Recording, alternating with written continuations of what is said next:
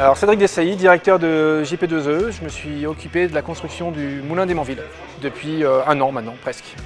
Alors ce matin on a vu le montage de la dernière pale de la première éolienne et on a pu également voir le poste et l'ensemble des infrastructures qui ont été mises en œuvre pour réaliser ce parc éolien. Donc en fait au niveau du montage on a le grutier qui est la pièce la plus importante et on a deux chefs de manœuvre. Une personne qui est en haut de la tour, ou du moins en haut de la nacelle, et une deuxième personne qui est en bas, au sol.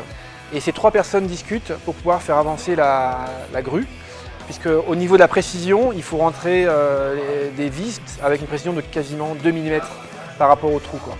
Donc on a tout un dialogue qui se crée entre tous ces personnages-là pour pouvoir monter, et le grutier qui est dans son poste de contrôle et qui permet de réaliser ce montage en environ à peu près 1h30 pour le montage d'une pale. Donc le poste est sous tension actuellement. On a eu quand même une intervention aujourd'hui d'Omexom suite à un problème d'inversion des phases.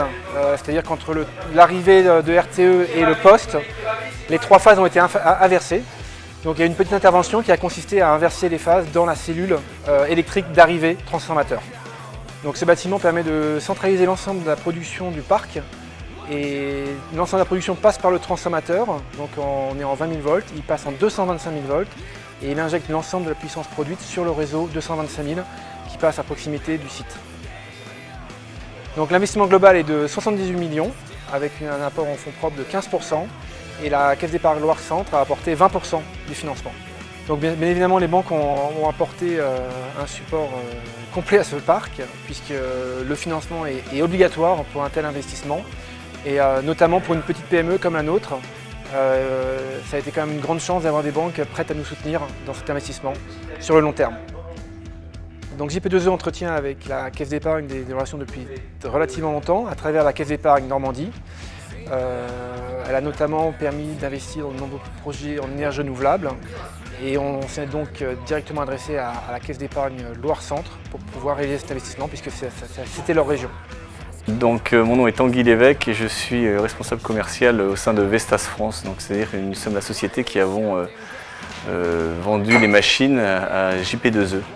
Voilà, donc les 17 éoliennes V112 3 MW. Voilà, donc mon application a été de suivre le développement de ce projet, de la phase du dépôt de permis de construire et accompagner le client, en l'occurrence JP2E, dans toutes ces phases de technique, notamment les réunions avec le gestionnaire de réseau, RTE et voir toutes les implications en termes de construction. Notre rôle, enfin mon rôle, c'est vraiment le rôle de chef d'orchestre. Forcément notre interlocuteur principal est JP2E, après notre interlocuteur technique et bien sûr dans la phase de closing financier, on était amené à avoir les contacts avec le pôle bancaire, donc Natixis notamment, Caisse d'épargne et toutes les banques du pôle bancaire qui en font partie. Il faut savoir que l'éolien, chez Vestas France, c'est 250 personnes et ici pour la région centre, on a plus de 15 personnes, 15 techniciens de maintenance qui sont basés à Sangeville, donc à 20 km d'ici. Juste pour montrer que l'éolien, c'est du développement vraiment, c'est de l'emploi local et de l'emploi non délocalisable. Voilà. Et Vestas est un bon exemple puisque grâce à ce projet, on a donc embauché des techniciens de maintenance qui vont gérer la gestion de la maintenance de ce parc dans toute la durée du parc, c'est-à-dire durant les 20 prochaines années. Donc voilà, c'était une journée très intéressante parce que vous avez tous les interlocuteurs dans un projet éolien qui étaient rassemblés aujourd'hui dans la même journée. Voilà. Et juste rajouter qu'on a travaillé ces 5 dernières années et la relation avec JP2E a été fantastique. On voit vraiment que c'est un développeur qui prend et qui travaille en toute transparence avec ses partenaires, aussi bien avec les élus comme on a pu le voir aujourd'hui, qu'avec ses partenaires industriels que nous sommes.